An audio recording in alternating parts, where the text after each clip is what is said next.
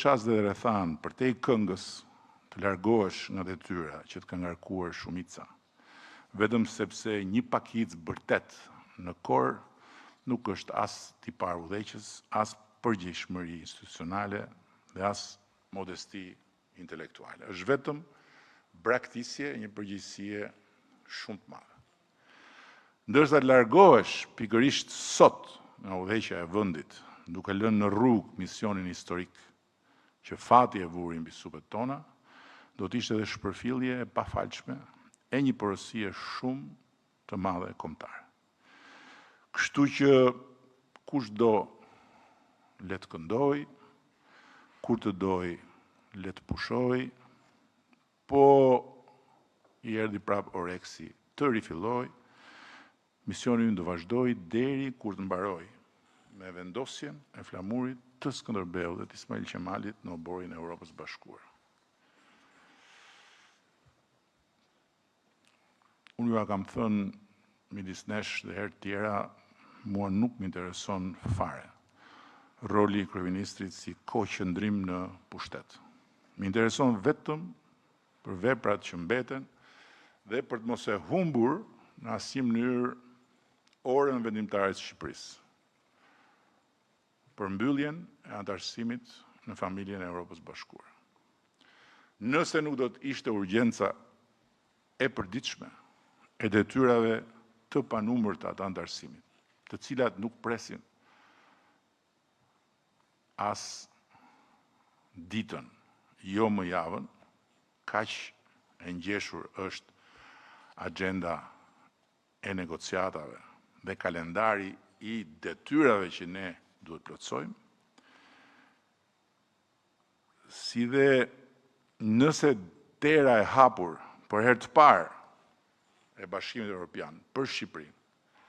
jo vetëm me fjalë si gjithmonë më parë, po konkretisht nuk do të ishte kaq afër, me shumë gjas, do isha tërhequr me shumë mirënjohje të madhe në katundin tim të vogël, pas 12 vjetëve të jetuara me mish dhe me shpirt në krye të detyrës më të lartë që vendi i jep një bir i tij dhe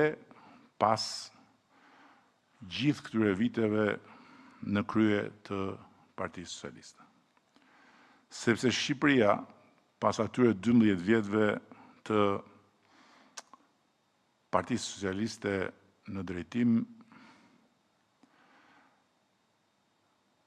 me punët e panumërta transformuese dhe përtej gjithë gabimeve dhe të metave, u bë një Shqipëri aq tjetër nga ajo që